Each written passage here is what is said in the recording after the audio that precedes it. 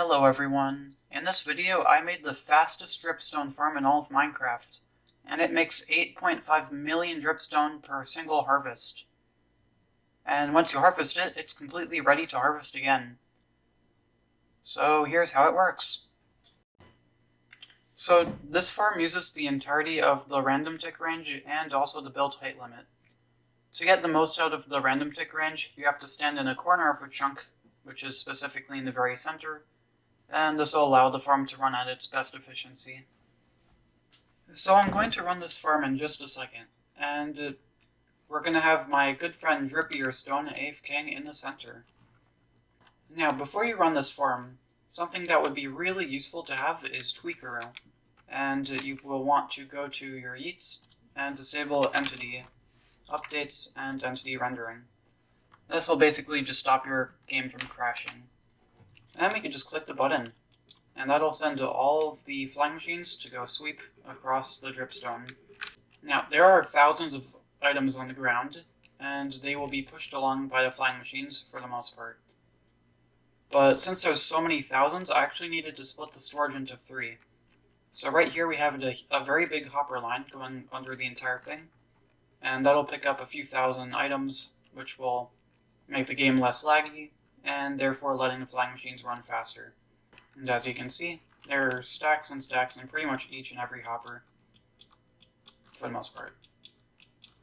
Now this flying machine will obviously fly all the way until the end, and when it gets back here, all of their items will fall down here and into whatever storage would be below, and it'll also trigger this to A, send the flying machine back, and B, it'll power the floor above it with a huge delay. Now I can see it reaches the end.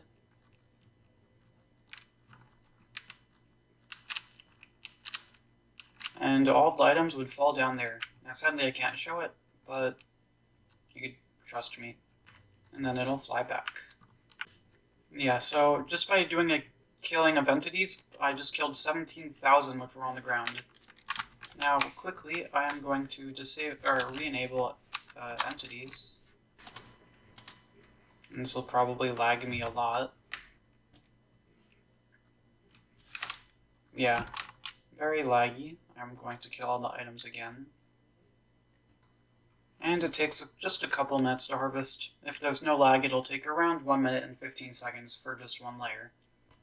And for just one layer, that one harvest, you would get 212,000 dripstone on average, which is roughly 123 shulkers. And if you were to run the entire farm, which is roughly 40 layers tall, you would get 8.5 million dripstone, or around 4,930 shulkers. So that's quite a lot.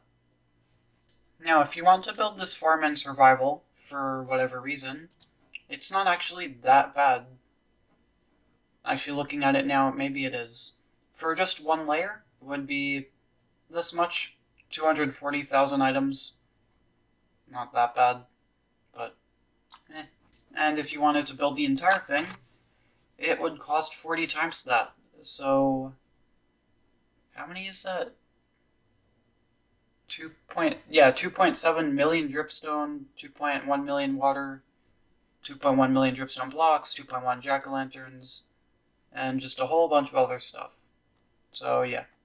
If we look over here at the hopper line, you can see it has pretty much completely filled up with dripstone, and would be slowly just filling out into whatever storage you have over here. So if you do want to build this, it'd probably be best to make one storage over there, a second one in the middle, and a third one on the other side, and you'll have plenty of dripstone forever with just one harvest, and it'll be much easier to store all of them. Anyway, that's pretty much all I have for this video. Goodbye.